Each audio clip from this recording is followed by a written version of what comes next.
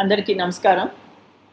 మన ప్రియతమ ప్రధానమంత్రి నరేంద్ర మోడీ గారు మన హైదరాబాద్ మే 10వ తారీఖు వస్తున్నారని అందరికీ తెలిసిన విషయమే. వారు ఒక 8,000 కోట్ల ప్రాజెక్ట్స్ లాంచ్ చేయనున్నారు. అందులో ముఖ్యంగా ఒక ప్రాజెక్ట్ గురించి మాట్లాడాలనుకుంటున్నాను నేను. అదేమిటంటే MMTS phase 2. MMTS is multi modal transportation system. అంటే ఇది ఒక అర్బన్ రైల్ సిస్టమ్. ఇది మీ అందరికీ తెలిసే ఉంటుంది. ఎన్నేళ్ల క్రితమో మన హైదరాబాద్ దాన్ని కోరుకుంది. ఎప్పటి నుంచో దాన్ని అడిగింది, చాలామంది ప్రపోజ్ చేశారు, మన సెంట్రల్ గవర్నమెంట్ ఒప్పుకుంది. కానీ అది నిజం కాలేదు.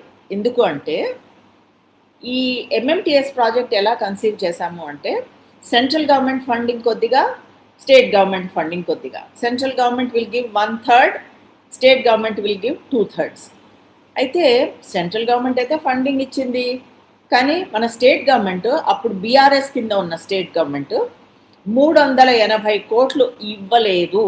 అందువలన ఆ ఎంఎంటీఎస్ మంచి ప్రాజెక్ట్ ఆగిపోయింది. ఇప్పుడు మన ప్రధానమంత్రి 500 కోట్లు సెంట్రల్ ఫండింగ్ స్వంతగా తెచ్చి ఈ ప్రాజెక్ట్ని నిర్మించదలుచుకున్నారు ఇక్కడ. So everything is going to be funded by central government and చాలా ఇంపార్టెంట్ ప్రాజెక్ట్ ఇది. ఈ ప్రాజెక్ట్ ఏం చేస్తుంది అంటే మన ఇప్పుడు హైదరాబాద్ ట్రాఫిక్ అందరికీ తెలిసిందే. చాలా అందరం ట్రాఫిక్లో ఇరుక్కొని ఉంటాము, చాలా నష్టపోతున్నాము. సో ఐటీ కారిడార్ని, సికింద్రాబాద్ని, ఇండస్ట్రియల్ కారిడార్స్ని కనెక్ట్ చేస్తూ మనం లైన్స్ పెట్టుకున్నామన్నమాట. It's a urban rail system. అయితే కాలేజ్ గోవర్స్, ఆఫీస్ గోవర్స్, మళ్ళా ఇండస్ట్రియల్ లేబర్ అందరూ ఉపయోగించుకోవచ్చు దీనికి. ముఖ్యంగా దీనిలో ఉన్న ఒక గొప్పతనం చెప్పదలుచుకున్నాను. ఏంటి అంటే మన ట్రాఫిక్ ఎంత పెరిగిపోయింది అంటే 2026లో ఒక స్టడీ చేశారు. ఆ స్టడీలో కనుక్కున్నది ఏంటి అంటే ప్రతి ఒక్క వ్యక్తి సుమారు 160 గంటలు పర్ యానం కోల్పోతున్నాడు.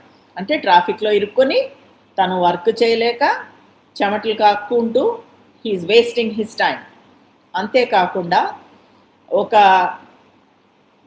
డబ్బు రూపేణ ఒక్కొక్క వ్యక్తికి 100 రూపాయల నుంచి 1000 రూపాయల వరకు నష్టం జరుగుతోందిట.